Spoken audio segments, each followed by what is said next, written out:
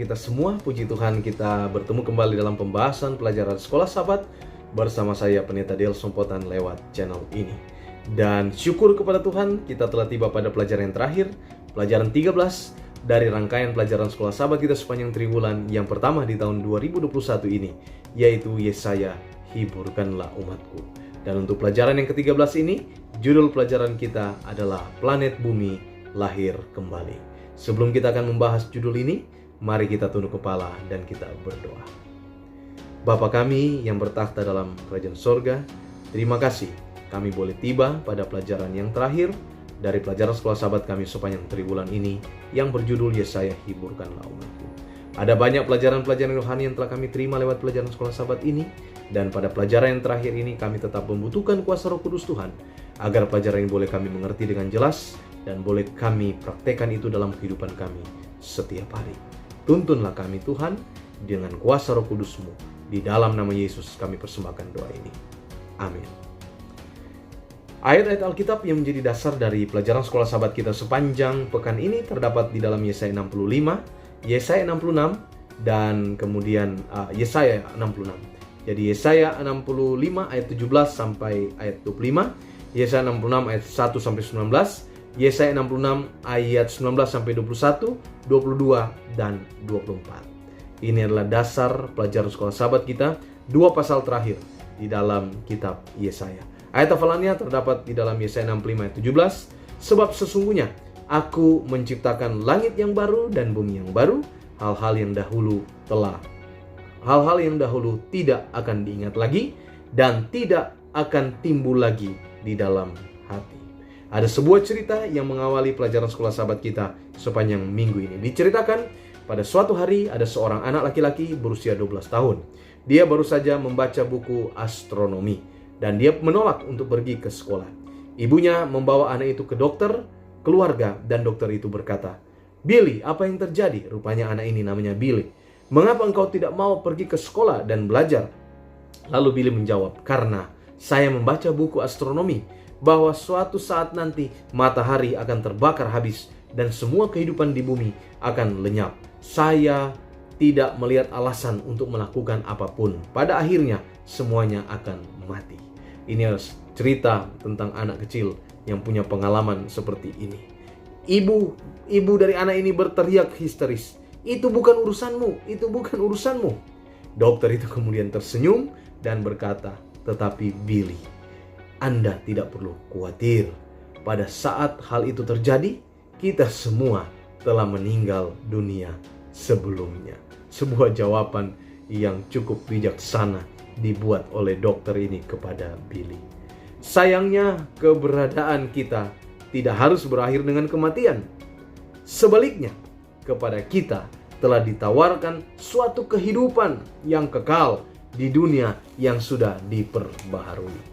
Ini adalah pelajaran kita bahwa kematian itu bukan akhir dari segalanya, sebagaimana cerita dari Billy ini.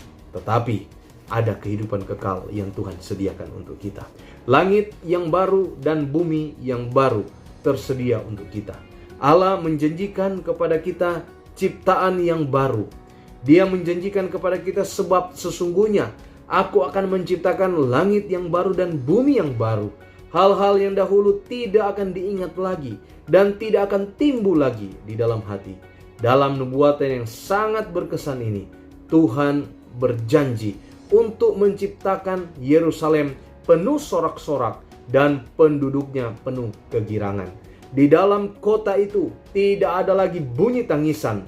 Orang akan hidup lebih dari 100 tahun sebelum mereka meninggal. Pekerjaan dan anak-anak mereka akan tetap bersama-sama mereka dan akan menjadi kebahagiaan dan sukacita mereka. Allah akan menjawab mereka bahkan sebelum mereka memanggil. Ini adalah sebuah gambaran dan janji Tuhan yang indah untuk kita, bahwa telah tersedia langit yang baru dan bumi yang baru untuk kita. Ini adalah sebuah magnet ilahi. Bayangkan jika di dalam Yesaya 66 ayat 1 sampai 9 kondisi pada waktu Yesaya menulis tentang ayat ini. Apakah pekabaran inti yang mau dia berikan kepada kita di sini?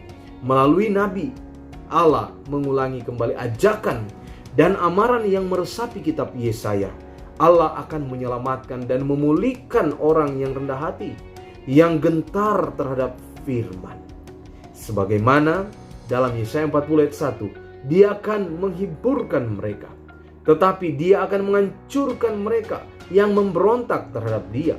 Ini termasuk orang-orang munafik yang melakukan ritual keagamaan, di mana persembahan mereka telah ditolaknya.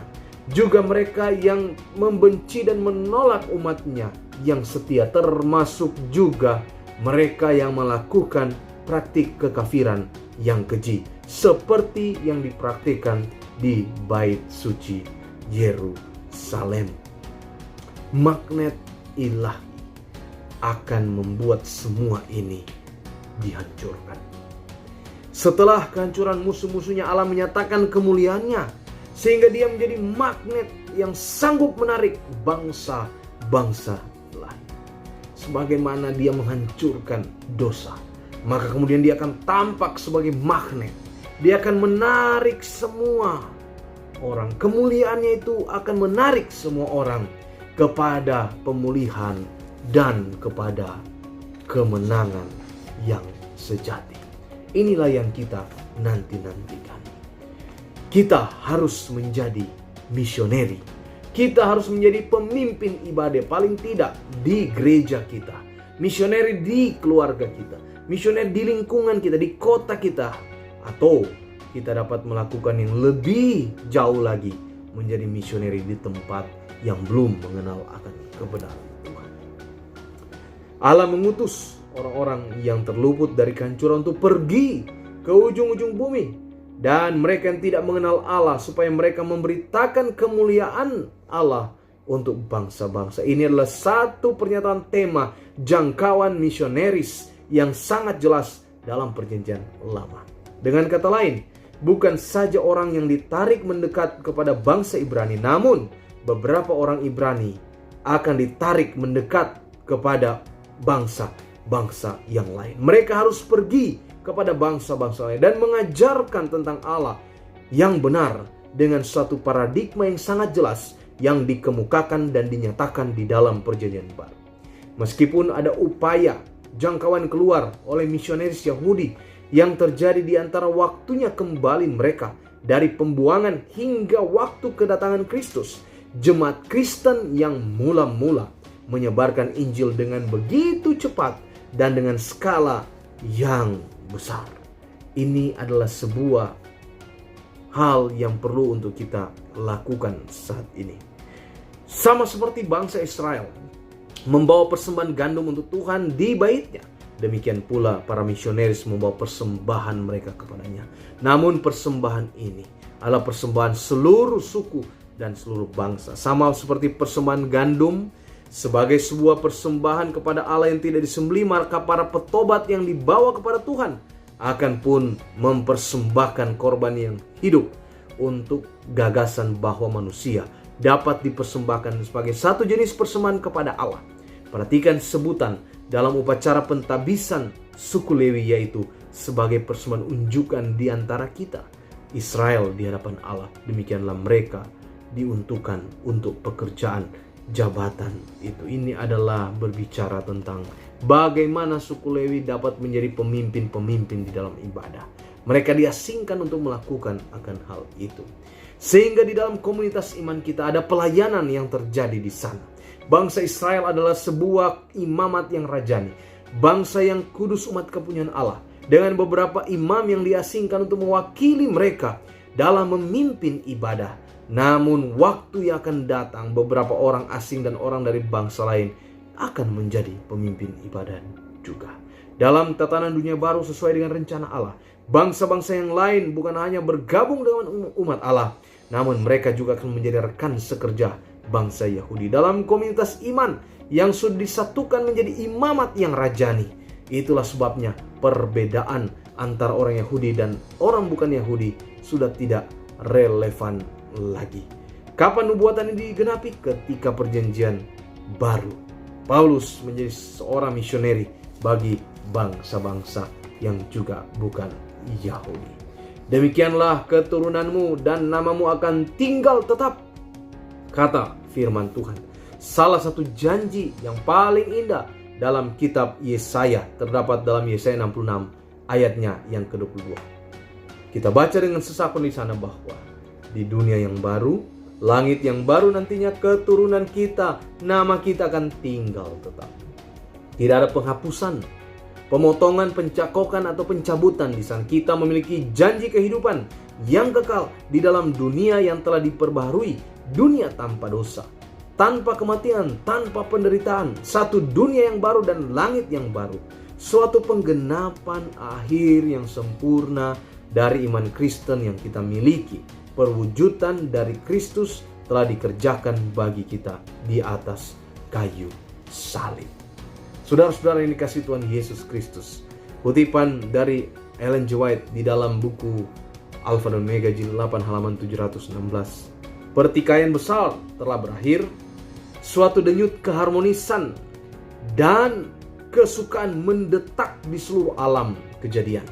Dari Dia yang menciptakan semuanya, mengalir kehidupan dan terang dan kesukaan di seluruh jagat raya yang tidak ada batasnya ini. Dari atom yang paling kecil sampai kepada dunia yang paling besar, segala sesuatu yang bergerak atau yang tidak bergerak dalam keindahan yang tak terselubung dan kesukaan yang sempurna menyatakan bahwa Allah itu kasih adanya.